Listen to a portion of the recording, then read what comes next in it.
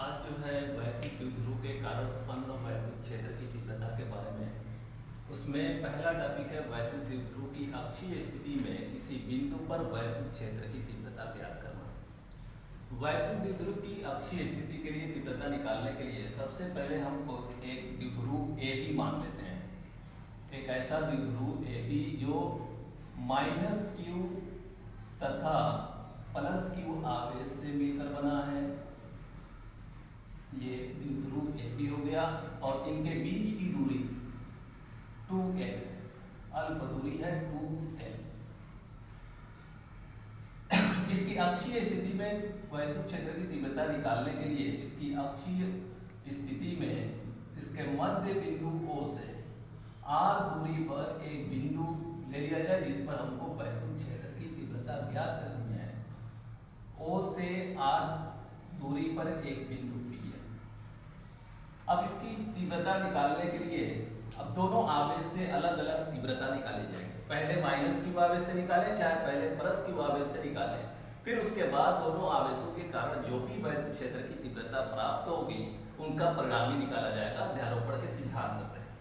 तो पहले जो है -q आवेश से देखा जाए तो वैद्युत क्षेत्र की तीव्रता की जो दिशा होगी, अगर हम -q आवेश के कारण E1 ले तो E1 की दिशा जो होगी वो अंदर की तरफ होगी, आवेश की तरफ होगी। माइनस आवेश है, ऋणात्मक आवेश है और इसको हम लिख लेते हैं E1। +q आवेश के कारण धनात्मक आवेश है तो इसके कारण जो वैद्युत क्षेत्र की तीव्रता जिसको हम E2 ले लें वो उसकी दिशा जो है बाहर की ओर होगी, E2।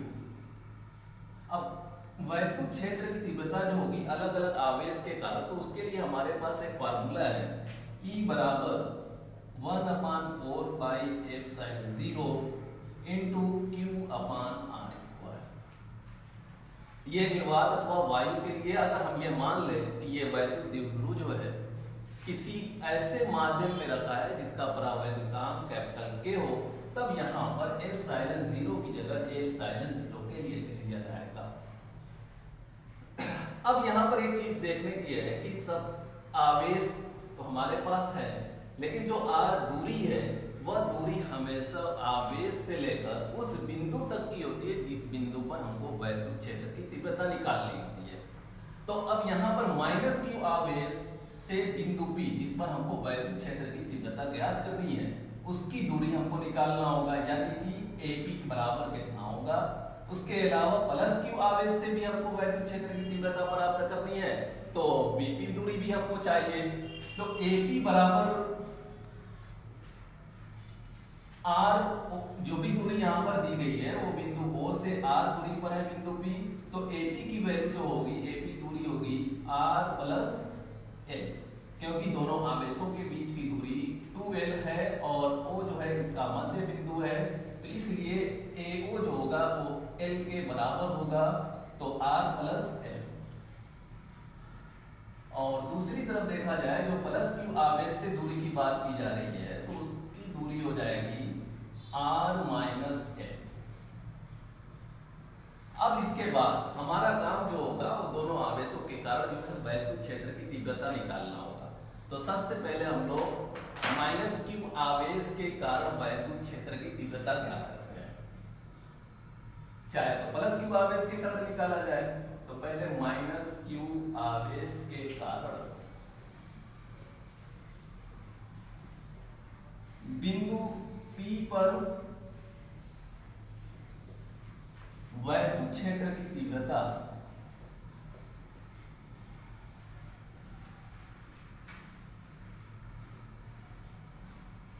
E1 बराबर हो जाएगा 1/4 पाई एप्सिलॉन 0।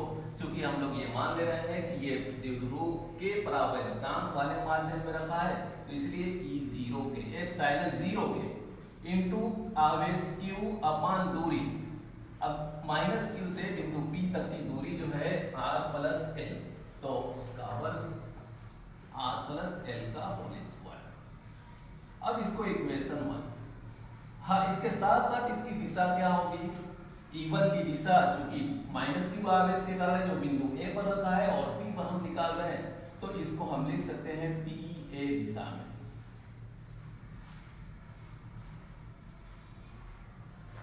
तरीके से प्लस क्यू आवेश के कारण, प्लस क्यू आवेश के कारण बिंदु P पर वैद्युत क्षेत्र की तीव्रता E2 बराबर 1/4 पाई एप्सिलॉन 0 के इंटू Q अपान, अब इस प्लस क्यू आवेश की बिंदु P से दूरी, बिंदु P के बीच की दूरी r माइनस एल है, तो r माइनस एल का होल स्क्वायर। इसको इक्वेशन 2। अब इसकी दिशा जो है, क्योंकि E2 है, E2 और ये किसके कारण है, प्लस क्यू आवेश के कारण है, तो प्लस क्यू आवेश के कारण होने की वजह से इसकी दिशा जो कि बाहर की तरफ है, राइट साइड में है, तो अब इसको हम ये लिखेंगे कि बीपी दिशा में। प्लस क्यू बिंदु P पर है, B पर है, तो इसलिए बीपी दिशा में।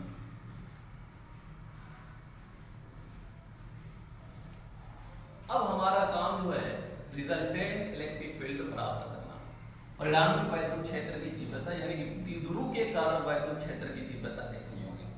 तो लिखा जाए कि परिणामी वैद्युत क्षेत्र की तीव्रता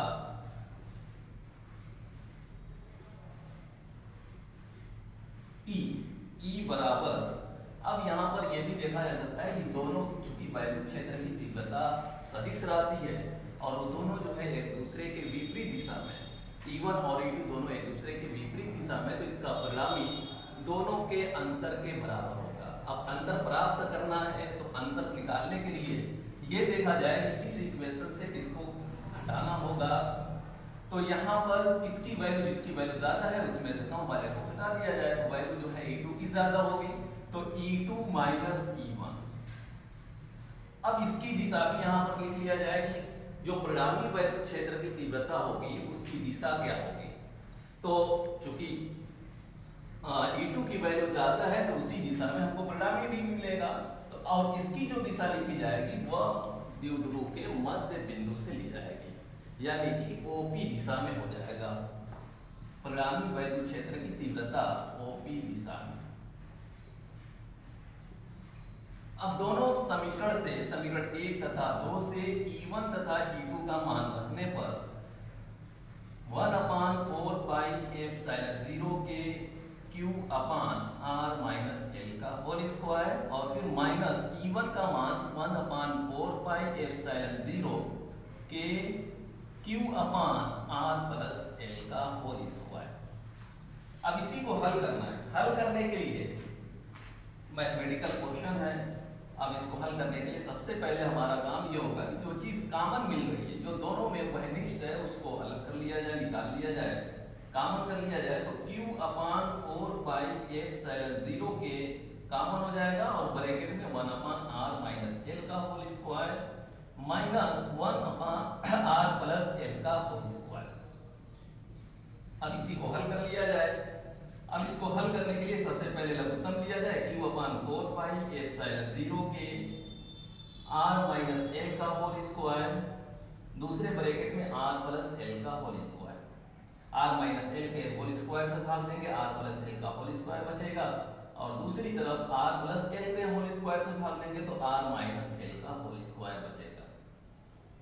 और फिर इसको और आगे हल करने के लिए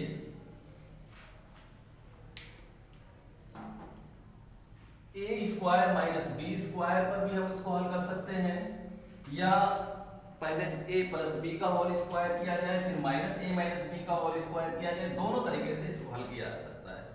तो दोनों तरीके से हमको एक ही वैल्यू प्राप्त होगी, एक ही मान प्राप्त होगा, और उसका मान होगा Q/4 पाई एप्सिलॉन 0 के R स्क्वायर। जैसे अगर A प्लस B का होल स्क्वायर करें तो R square plus L square plus 2RL, और माइनस हो जाएगा ब्रैकेट में R माइनस L का होल स्क्वायर करेंगे तो R square plus L square minus 2RL। तो R स्क्वायर से R स्क्वायर कैंसिल हो जाएगा, L स्क्वायर से L स्क्वायर कैंसिल हो जाएगा, क्योंकि यहाँ माइनस है और माइनस माइनस वाला मिलकर प्लस हो जाएगा। तो 2RL यहाँ से, 2RL यहाँ से, तो हमको मिलेगा 4RL upon R minus L का whole square, R plus L का होल स्क्वायर। तो इसको भी हम कम में कर सकते हैं, इसको भी हल किया जा सकता है, और इसकी वैल्यू आएगी जैसे एक ब्रैकेट में A माइनस B का रूप, दूसरे ब्रैकेट में A प्लस B का रूप। तो अब ये मिलाकर हो जाएगा ए स्क्वायर माइनस बी स्क्वायर, और दोनों पर स्क्वायर लगा हुआ है तो इसकी वैल्यू आएगी R square minus L square का होल स्क्वायर।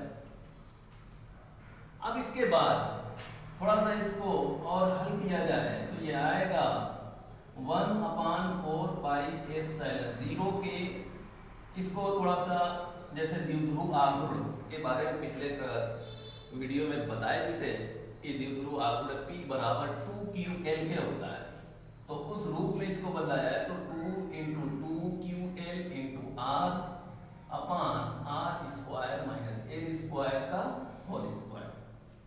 2 दूनी 4 हो जाएगा, Q L L और R हमको वही चीज मिल जाएगी। अब इसको और ज्यादा हल किया जाए और आगे इसको बढ़ाया जाए तो आएगा 1/4 पाई एप्सिलॉन 0 के इंटू 2QL किसके बराबर, द्विध्रुव आघूर्ण के बराबर, जिसको P से लिखा जाता है, किसी एक आवेश तथा दोनों आवेशों के बीच की दूरी के गुणनफल के बराबर होता है, और गुणे R बटा में R square minus L square का होल स्क्वायर।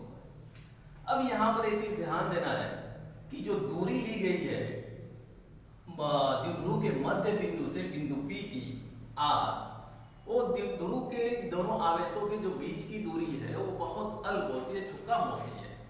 जो 2L है वो बहुत R की तुलना में बहुत छोटी है, तो इसलिए हम ये कह सकते हैं कि L स्क्वायर जो होगा वह लेस देन R स्क्वायर का होगा। तो ऐसी स्थिति में हमको ये E की वैल्यू मिलेगी 1/4 पाई एप्सिलॉन 0 के इंटू 2PR अपान R की पावर 4।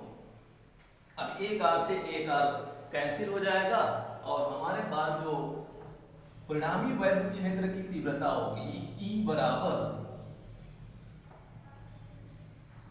1/4 पाई एप्सिलॉन 0 के 2P अपान R3। ये जब वैद्युत द्विध्रुव के परावैद्युतांक वाले माध्यम में रखा, लेकिन अगर यही वैद्युत द्विध्रुव ये कहा जाए कि निर्वात अथवा वायु में, तो निर्वात अथवा वायु के लिए K का मान 1 हो जाता है। तब ऐसी स्थिति में हमको वैद्युत क्षेत्र, परिणामी वैद्युत क्षेत्र की तीव्रता बिंदु P पर E बराबर 1/4 पाई एप्सिलॉन 0 इंटू 2P अपान R3 प्राप्त होगी। यही अक्षीय स्थिति में द्विध्रुव के कारण किसी बिंदु पर वैद्युत क्षेत्र की तीव्रता है।